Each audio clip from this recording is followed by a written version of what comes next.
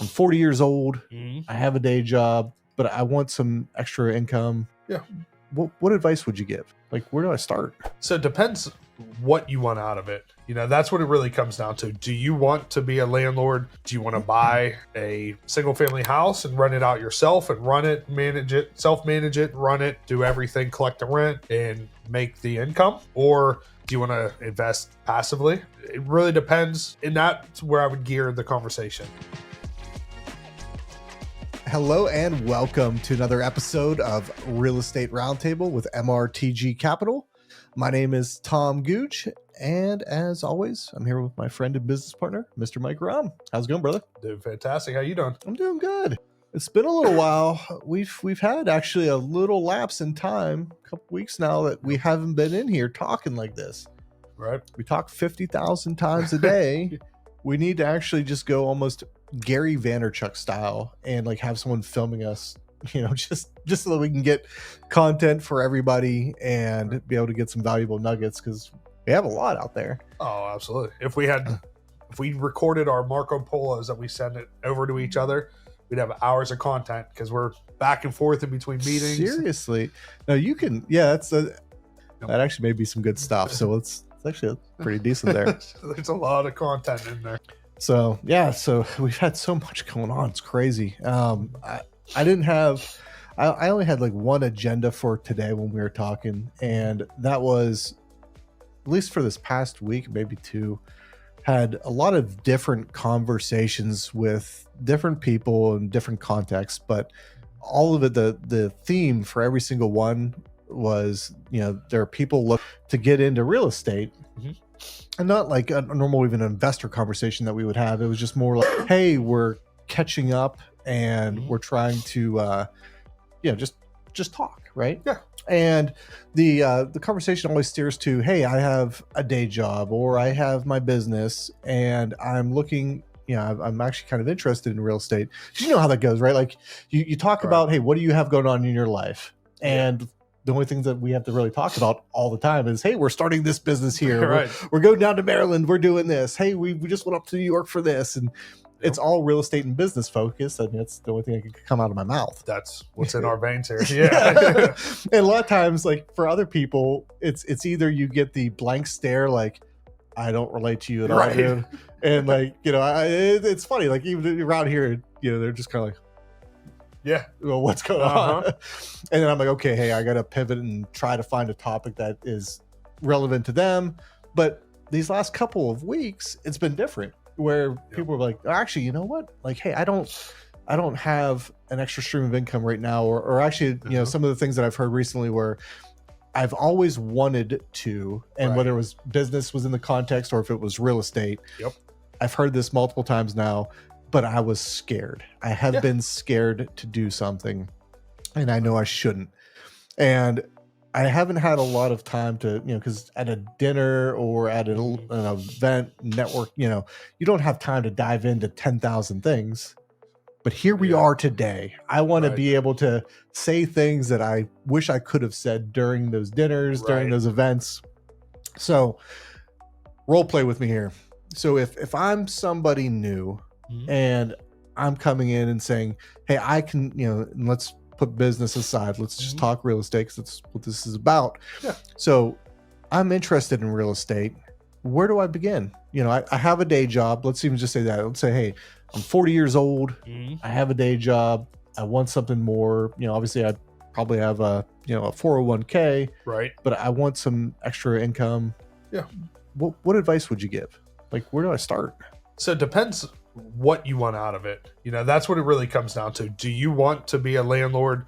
Do you want to buy a single family house and rent it out yourself and run it, manage it, self-manage it, run it, do everything, collect the rent and make the income? Or do you want to invest passively?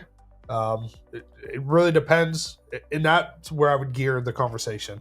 So again, you can buy multiple single family homes, rent them out yourself, be in charge of the maintenance, the issues that come up, collecting the rent, finding the tenants.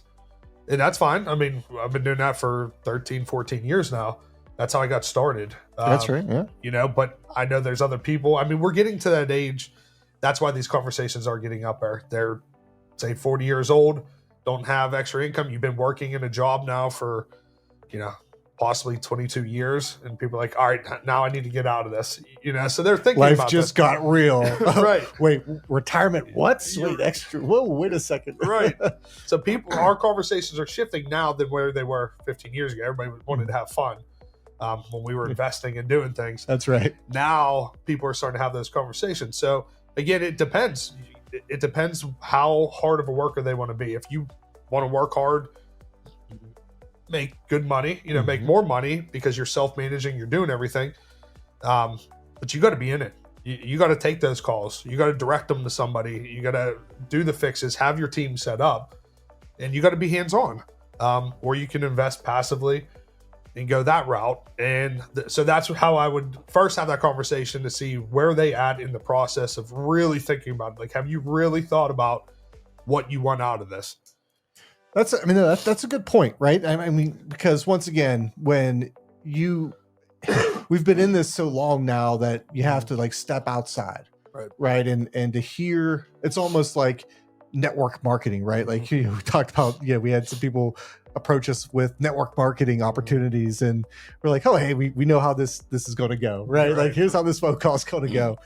But for people that are, that are outside, and whether they're hearing a network marketing opportunity or they're hearing someone talk about real estate investing, a lot of times it could all sound the same, right? Like you have no idea. You don't know what you don't know. Yeah. And then so that is a good foundational place to start to say, okay, hey, what are we even talking about here?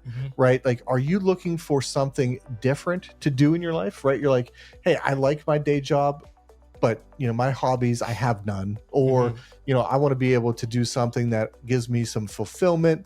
I really think I would enjoy looking at deals, underwriting deals, actually working with tenants. Hey, I'm a people person. I want to actually physically help these people and talk with them. That's one aspect, right? Like, hey, I want to work with contractors. That's the hands-on what you're talking about. Is that the answer? The people are like, well, no. Right? Like, someone could be like, no, that's you got me all wrong here. I was talking about real estate investing. I was like, well, we just were too. Yeah. Oh, so you're talking passively then potentially, right? Like that's what you. So which one are you at? Like, hey, I love the idea of everything about real estate investing, and I want to be hands-on, or is it passive? And that we have a lot of videos about passive. That's what we do, right? We help people in that facet as well. So that's a good place to start. And when I was taking notes, like the one thing that I hit on, and actually have some right in front of us here, I'm going to grab this. So one thing that I may have given this advice a couple times the past couple of weeks, but I would say starting with reading, this is easier said than done. I can appreciate that, right? Reading may require somebody who has a full-time job, has a family, has other activities, especially if your kids are older and you have sports. Right.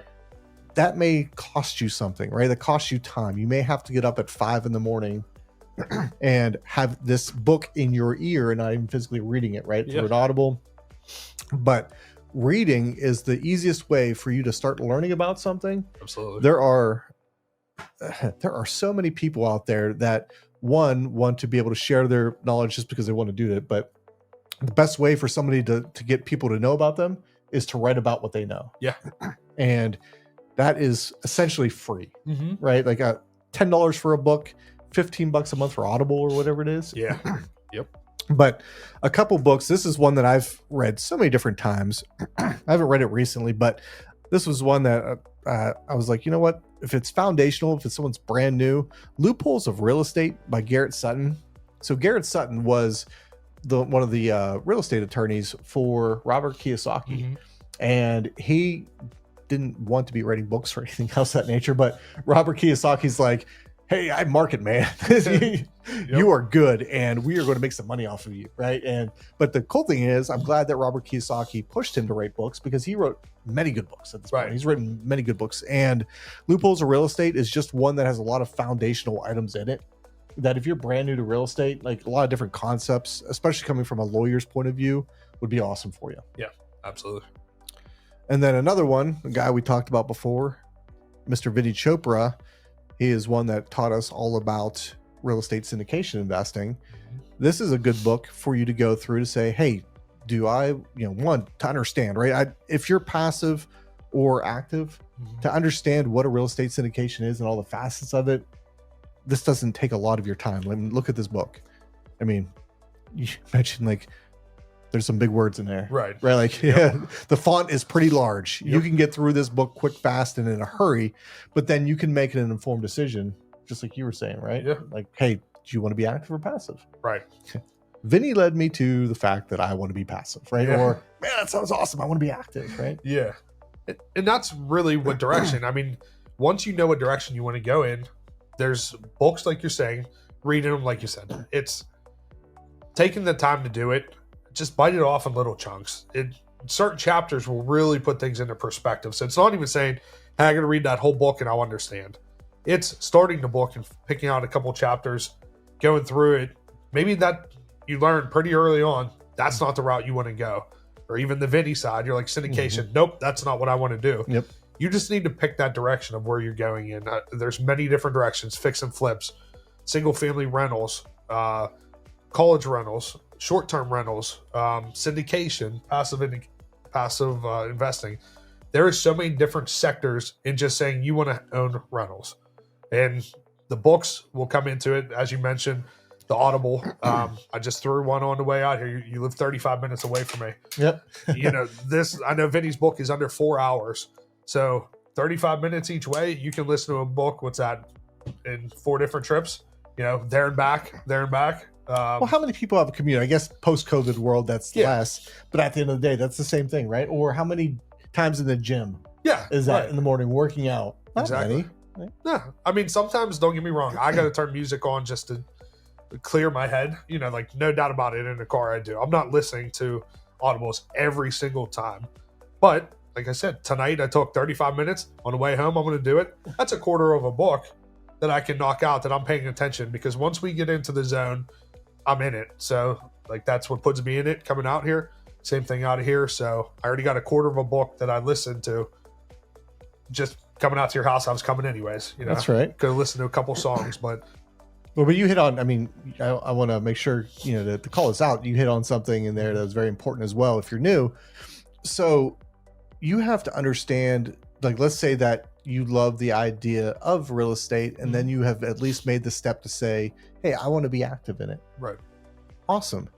But you said, hey, there are so many different, avenues for investment, but then there's also so many classes. Yeah. Right. And when we talk about classes, talking about single family, multifamily, like they're whole different worlds. Right. And then we're talking about, okay, because a lot of times too, I think when people think real estate investing, they think, hey, I saw a flip, show, and all of a sudden flips are the only thing that are out there. Right. I'm going to go buy a house and make a bunch of cash, and there it is. Right. But that's where you also have to understand, like, from a financial perspective, what are you looking to do? Right. Because if you don't understand how the money works for each one of those classes, whether it's long-term rental, short-term rentals, whether it's flips, fix and flips, like those all have different tax implications and everything else. And books such as the ones we just talked about will hit on a lot of that information for you. And there's plenty of other ones, like, there's ABCs of real estate and things of that nature that could allow you to understand, like, hey, this sounds really cool. But you need to taste it, each one of them, just to at least be able to see, to understand. And that really helps you get into certain perspectives. Like whenever we talk about short-term rentals, that's like the Airbnbs and vacation areas. And there's a lot to know. Certain areas, if it's a short-term rental, you need to have a sprinkler system. If it's a long-term, you don't. If it's, your personal home in those states, you might not need it either. So different municipalities treat the short-term rentals. There's midterm rentals that are like 30 days at a time. That's not month to month, like a person who would come and stay for a year, but they're just on a month-to-month lease. Midterm rentals are the 30 days at a time. Again, those are, possibly someone who's working over summer, between college. So they're renting for June, July, and August, just those 3 different months. Those have different regulations, different zonings. I know in Greensburg, you can't have College rentals within 500 air feet of another one. What went into ordinance years and years ago. Yep. So there's a lot of different things, so once you narrow down what you want to do, then you have to even go further and start really getting into, all right, I want to own underneath where I live. I want to own in Greensburg, and this is what I want. I want short-term rental, or I want the long-term. Okay, can I rent to college kids? Can I not? There's another whole rabbit hole you have to go down to figure that out. And one thing, I want to hit back to books now because of what you just said, because you hit on a lot that everything you said, I'm like, oh, that don't make sense. But I have to, I'm sitting in the seat of, oh, hey, I'm brand new. And when somebody, like when you're brand new and you don't have a lot of context, you don't have all that information, a lot of that, what you just said could sound very, very scary. Right. Right. And be like, oh my goodness, like that's way too much. Right. But here's the fun thing about that. When you talk about books, and let's compare it to college, right? For this, there is a lot of money that could be made in real estate investing. And I don't care about the market. I don't care about interest rates. There's always money to be made. Mm-hmm. Period. There's every year, no matter where it's at in history, there's somebody making money off of real estate investing. So forget like, oh, hey, is now the time to do it or not? Yes, the time is to do it now. It doesn't matter if it's 8%, 3%, 30%. There are deals that can be made. You just got to find the right deal. Mm-hmm. Now, for the scariness of it all, right? The unknowns. Think about this. Like I would just say a menial job. And I'll say menial because there's plenty of them out there that require a 4-year degree. That's unfortunate, but there are plenty out there. Right. You took 4 years of your life and all of these subjects and things of that nature, 4 years to then go get a job of $40,000 a year, $50,000, whatever it is, right? Everything that just scared you about what Mike said, or even what I had said previously in different things about zoning and asset classes and all of that stuff, you can spend a couple months of consistent effort listening to Audible or physically reading, whatever it is that actually, you enjoy doing, what actually works for you. You can do that and get a wealth of knowledge. Listen to, for example, the Apartment Syndication Made Easy book by Vinny Chopra. In 8 hours, like let's just say that you spend half an hour a day, right? Like that's not that much time for you. Like, so that's just, that point in time, right? That's 8 days or whatever for you to be able to get through that book. Yep. In a couple of weeks, you can get through that book twice, especially if you give it a little bit more time. Mm-hmm. And now you've already, had that information cemented into your brain 2 times over. All of the different books that are out there, a couple months. Let's even just say, hey, you devoted 3 months, which really 3 months compared to 4 years, you could get through a lot of content, take a lot of notes, and have a lot of the basic concepts really hammered down.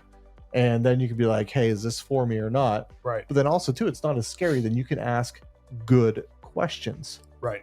And so, as you brought these books up, these, what's behind you, what's up here, that's what turns what we do into investing from gambling. That's the difference. If you didn't do the research, investment is going into an investment uninformed and unresearched and unknowledgeable would be gambling. It'd be the same thing. But taking the time to do this research and how much knowledge that we have about the subject is what makes it an investment and why it's not scary. I always tell people, I'm more scared to go buy a vehicle because I don't know how to fix them than buying a property. I have no issues, no scares. I walk through a property, know I like it, run the numbers, know it's a good investment. Knowledgeable on it. Just so much research, like you said, went to school for 4 years for outside subjects and then took the time to learn this stuff that it's not scary anymore, because we know it's a good investment if you do enough research. The only problem I have with comparing it to gambling is that, like, if I go to a casino and drop money, that's all I can lose. You're right. The casino doesn't come back and then take me to court, and sue me because, and then take my personal house because I didn't understand what an LLC was and how to, properly structure and things of that nature. Yep. So not having a proper education and just taking the time to learn concepts that really aren't that difficult. It just takes time and dedication to do it. Yeah. It's the research part of it. I mean, going through, like you said, structuring your LLC correctly, knowing how to buy that. Now, if you have a business inside, again, we can go down this rabbit hole, but there's a lot to it. Well, the next, I mean, but let's call it a building block, though. So a couple other things I just had written down here, though. Like, so we talked about foundational items, right? Awesome. But then one that I think is not as known to a lot of people are masterminds. Mm-hmm. Talk a little bit about masterminds and why that's valuable. And there's so many different leaders out there that you can learn from that who have done it, whether it's in the syndication world, fix and flips, the rentals, the long-term rentals. I mean, having a mastermind of professionals, they're charging you for their time. I mean, that's what it is. It's because they've done the research, they've taken time and to pass their knowledge on, they're charging for it. So you go to the masterminds and you talk real estate, whether it's in the syndication, single family, whatever it may be. But they have modules, you're learning them, you're going through it. But the nice thing is you're meeting other investors, like-minded people who are doing the same thing or want to do the same thing. So you're networking inside of the mastermind. And I don't know how many times that we've come by different scenarios that just other folks in those masterminds had different scenarios. And it's like, that's right. Like, that's smart. We got to look into that, or, different avenues. But there's just so much knowledge. Again, there's so many more books than what we have here, and so much more research that other people have done that we're just getting access to more of that. Yeah. I mean, a mastermind is the easiest way for you to meet like-minded people and for you to network. That's, I would say, from a building block perspective, outside of you getting your foundational knowledge, because obviously if you can't have a knowledgeable conversation with somebody, that you're trying to learn from, if it's Greek for what they're saying, it's not going to be of any value to you. But you've taken the time, you've done some basic reading, right, of all the foundational concepts. You enter into these masterminds, and now you are meeting people who, just like you said, right, are coming from different walks of life and have different varying levels of experience. And they're all there to work together, to network, and to help each other become better in whatever that is. And yeah, to your point, there are many different levels of masterminds. There are those that have the Vinny Chopras, etc. Like, the big names that are out there, everyone has their masterminds and has their structures, and it has trainings and things of that nature. And there are price points for those. But then there are also ones that are local masterminds. Some of you may be able to get for free. Yeah.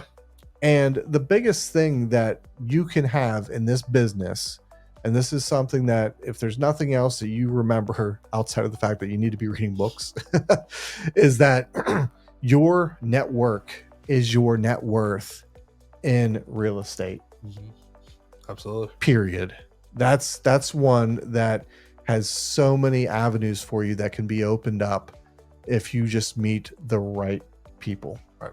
And we've heard that for a long time, and it never made sense. And then it clicked whenever, those relationships that we built helped us go to the next step. And the next step, someone's like, hey, there's this person. And we just had them in our back pocket. And it was like, oh, we didn't know what that really meant. And then we made a call, and it was like, things are coming together. But it's absolutely true. I mean, and that's, it's uncomfortable to get out there and network with people and meet people. Absolutely uncomfortable. I'm just not a, social person to other people. Well, I'm not either, right? Yeah. Like I am situationally an extrovert. Yeah. Right. Like when I have to be, and Right. same with you. Yeah, right? absolutely. We've proved that time and time again. We would still prefer not to have to, but the irony is for what we choose to do, it requires us to be extroverts. But here's the thing for you. When you are networking, there's so many different avenues for it, right? So when you talk about real estate investing, you have to have so many different pieces come together from a team perspective. Yep. When you think about, once again, because it's, even if you're one person and you're like, hey, I have all that I need, when you're like, hey, I have the knowledge, I have the funding or whatever, right, you still don't have everything, right? Like, let's say you have $1 billion, just as an example, right? Any real estate deal, you're still probably going to want to find funding, Financing, I'm sorry. Yep. Right? Financing, real estate by itself, if you're buying everything for cash, is a mediocre investment. If you're not leveraging the power of other people's money to pay down the note and all the other facets that come along with real estate, then it's a mediocre investment from a return on investment. So you're going to be looking to get financing. What does that mean? You need to know good lenders, right? There are poor lenders, right? And then there are great lenders. And tell me what's the difference between a great lender and a poor lender? What's some examples? What makes someone great? Yeah, a great lender wants the long-term relationship. They want to build with you. They want to help you build. They want to see you successful because they want you to keep coming back to the well. If you are, they're making money. The bank is making money. They look good. You keep going on. A poor investing bank would be high fees. They want to make that money. They don't care if they make it multiple times. They just want to get paid out at least one time. That's right. They're not looking for your long-term investment solutions. Again, it's usually high fees, high interest rates, and usually higher down payments as well. They want to see a lot of money in. Again, they want to make money off you, and they don't care if it's multiple times. That's why we build those relationships and find those folks who, again, they want to see us do well, which in returns makes them do well. That makes them successful too. Job. Yeah. And when we look at from an investment perspective, and once again, you're coming from the perspective, hey, I'm new, right? You have to understand that if you're investing in a deal, and this is something as you're doing some research, a deal is never going to make sense if it's not cash flowing. And one of the gambling, things that you were pointing to there, right, was the fact of there are many people that would, that are, I wouldn't say they're not savvy, but those that are speculators, that are gamblers in real estate investing, are the ones that say, hey, listen, I can lose money on this deal every single month. It's fine. The market's going to turn around. It's going to appreciate, and I'm going to make money on the back end of this, a couple years down the road. If you're losing money on a deal each and every month, that is not a good deal. Yeah. And the bank that you choose can make or break that from taking place as well, right? Just certain things and being able to get a creative. Well, like you mentioned, the higher interest rates, the higher fees is taking money out of your pocket to put it in there. So that might be the difference. A 6 and an 8% interest rate will take you from a cash flow positive to a cash flow negative quickly. So that's a difference of having those relationships and building them. And that's just out there networking and talking to them, proving yourself. Like you do one good deal, then they're usually even the good banks will still charge you a little higher rate usually the first time.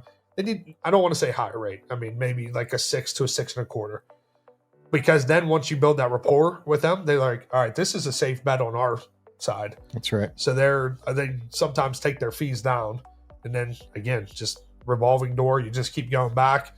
And as long as it's a good deal, they're okay, So they always tell us. Plus, they have to put this. There's administrative things too for the first time you do business with a bank. So once they get your personal financial statement, they get your write-ups, they get your assets and liabilities. They have to have somebody go through those. So again, the higher fees on the first time makes sense just because of administrative things. Second, third deal, they don't need those because they already have it. They already have your tax returns.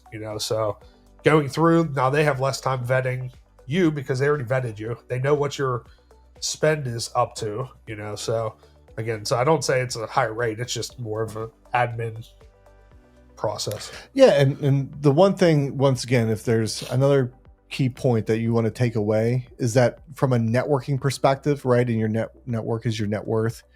This is something that, yes, in your masterminds and in real estate meetups, you can ask around for who, what banks people recommend, but that's something that you're going to have to do some legwork on, especially, in your hometown, getting to know the smaller banks. There are many smaller banks, but the smaller banks are going to be the ones that are keeping the note in-house.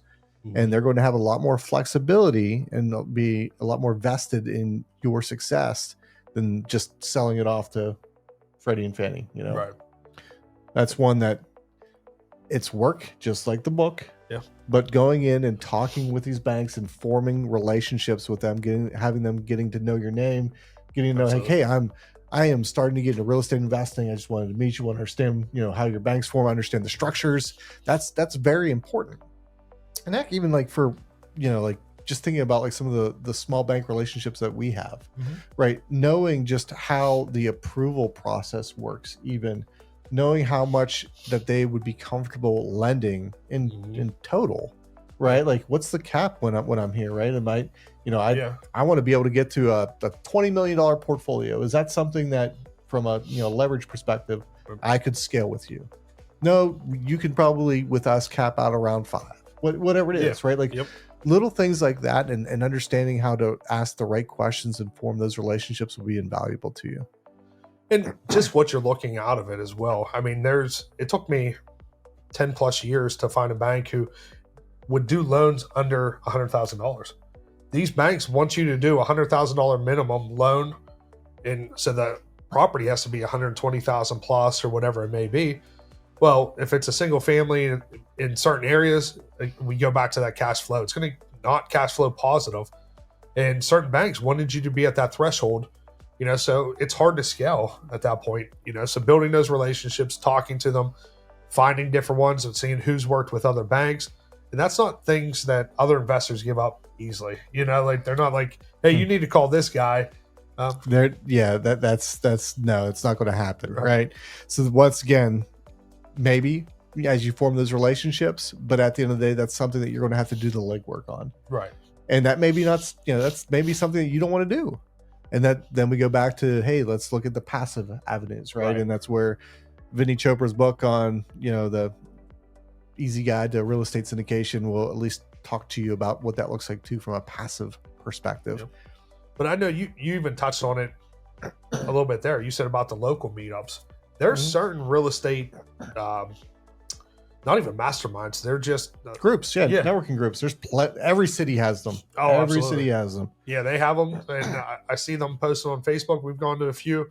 There's some that they get together, once a month, once every couple months, whatever it may be. Those are just good places to go, and they welcome new people.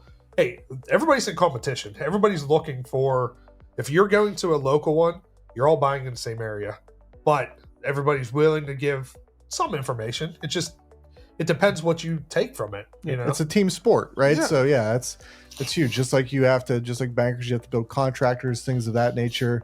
Once again, not that everyone's sharing all their information, but you find, you provide value in these groups. Right. They're going to be getting, it's just, the law of, I can't speak, the law of reciprocation is what I was going to try to say there. So that's another place to tap and to learn things. I mean, again, you might just go have dinner and meet some new people. They may be contacts for contractors, roofs, flooring, whatever it may be, because they all go too, because they're looking for business. So it might not even be that you get real estate advice, but you might have a good contact for part of your team for whenever you have that, and maybe you buy a move-in ready rental, whatever it may be. Maybe that's what you do. At some point, you're going to need that floor fixed, the roof patched, whatever it is. So those contacts, just from that perspective, are worth the evening going out and just meeting other people. And some you might learn. Again, they might have some horror stories that you're like, yeah, I don't want to do that. I remember that. I remember him talking on that subject and not interested. Maybe it's not. Maybe it's something that really gets you fired up and you heard somebody's success story and you're like, yep, that's the route I want to go. So just, again, that's another, I know we talked about books, masterminds, local meetups would absolutely be another one. Hey, one last thing then that I would want to be able to hit on, and that is underwriting. That's one where, as a new investor, underwriting is just another way to say, hey, you're reviewing the deal, running the numbers on the deal. And that in and of itself could actually be one of your superpowers as well. Yes, it's something that's very time consuming. You have to run the numbers on lots of deals to be able to make an offer on a few that even fewer get accepted. But when you're meeting up with people, to be able to demonstrate that you're someone who can underwrite a deal well and understand what that means. I've seen in our masterminds in themselves, people being included as general partners on deals because they were able to underwrite the deals themselves. And that is something that, taking that burden off of someone else, adding value, is a way that you can get into a deal. In this case, we're talking about a real estate syndication normally, but it could be a joint venture as well. And hey, the value that you're adding to the deal is that, hey, you're the one that ran through 1,000 deals, right? You underwrote 1,000 for these people, whoever they are, and you're able to make an offer on 100 of them. And then you had the one that was just a home run that got accepted that they let you in on the deal for. Right. That's something that I would say, learn underwriting. For, like you said, that one deal could change your life. That's right. Depends how big of a deal it is. And you bring that knowledge and you find that deal because you underwrote it, you looked at it, you valued it. That could be a big deal changer. I mean, same thing goes with fix and flips. If you can walk a property and see, all right, because of these meetups, you find out that the roofer charges $500 per square, and you know that's a 10 by 10, 100 square foot area, and you're walking it, and you're looking at this fix and flip, and you're like, all right, that roof is 12 square. I know that's going to be $6,000 to the roofer. Well, now you know you're running the numbers as you're walking properties, and you know, all right, is this going to make sense, or is that roofer charging $1,000 a square, and that's a $12,000 roof? You know, so you're underwriting that in your head to know if it's a good deal. Again, maybe a fix and flip doesn't work, but you're like, okay, the numbers make sense. I underwrote it for a rental. Makes sense there. So it goes every different aspect of underwriting of the fix and flip, knowing what the expenses are going to be, how long is it going to take you, what are your gas, electric, holding costs is what you can consider from that aspect. From the rental side, all right, what's my expenses going to be until I get it rented? On the syndication side, what are the long term? So yes, we have to get through the renovations. You're looking at what's it going to cash flow whenever it's at 80% rented, then 100%, or you know, what's the vacancy rate of 5 to 8%, whatever it may be. So underwriting is many different aspects, but you got to get good at it, like you said. That's right. And that's, you know, here, we'll wrap with this because I just thought about this as well, right? Like if everything that we said just exhausted you, made it to the end, or who knows, maybe this is a short and you're getting a clip of it. Let's say that you've determined that you're like, hey, I am not in it from a real estate perspective, investing perspective to be active. I don't want to deal with tenants, toilets, and turnover. Awesome. Nope. Hey, if you're new and you're saying, hey, I have a job, I have a 401k, or let's say you have, like a lot of people have some abandoned 401ks, you switch jobs or what have you. Another way that you can get involved passively, and in this case, you know, maybe you don't have as much money as you would want to be able to invest in a deal. Many do have IRAs though. Right. You can actually do what is called a self-directed IRA. And a self-directed IRA will allow you to use your money that you already have in your 401k that's been abandoned or whatever. It can be moved to a self-directed IRA, and that money then in turn could be used in a real estate syndication. So that's one item where it's like, hey, listen, if you may have $50,000, $100,000 to invest in as well, but if passive is what you're looking for, there are avenues for you out there where you can still learn. You're not going to be as hands-on. I mean, obviously the best way that you're going to learn is to do something yourself. But if you're like, listen, I don't want to deal with that. I do want the benefits of real estate investing. A self-directed IRA may be something for you to look into and actually spend your time researching in. We should pull somebody on with us to talk about that a little bit as well. Somebody, I know I've said that. I've said that so many times. Yeah. A couple of the teams that we work with, we're doing it. Yeah, we're doing it because they'll give the best information on it. I mean, I think it's something that nobody really talks about that makes it possible that so many people can invest if they wanted to with that different avenue. That again, it just comes down to knowledge of knowing how to do it if you want to. Hold me accountable this week. I'll get the interview set up. Sounds good. Yep, we'll do it because that's for them. That's for the viewers to know. All right, you heard it here. I'm getting it set up. We're going to get an interview for self-directed IRAs. We'll get a couple of them set up. There's a couple good companies that we'd want to make sure that you hear from for sure. So, okay. You got any final thoughts for the viewers at home here? I think if, like you said, if they made it through the whole way, they got a lot of knowledge. We have more up here. Like I said, there's a lot that comes from these books, but I think that's all for now. Awesome. Well, hey, as always, stay invested and stay informed. Until next time, thanks everyone. If you would like to connect, please head on over to MRTGcapital.com and request time to meet with us to answer any questions you may have about real estate investing through a syndication. We partner with small groups of investors just like you, and we're always reviewing deals that could be of interest to you.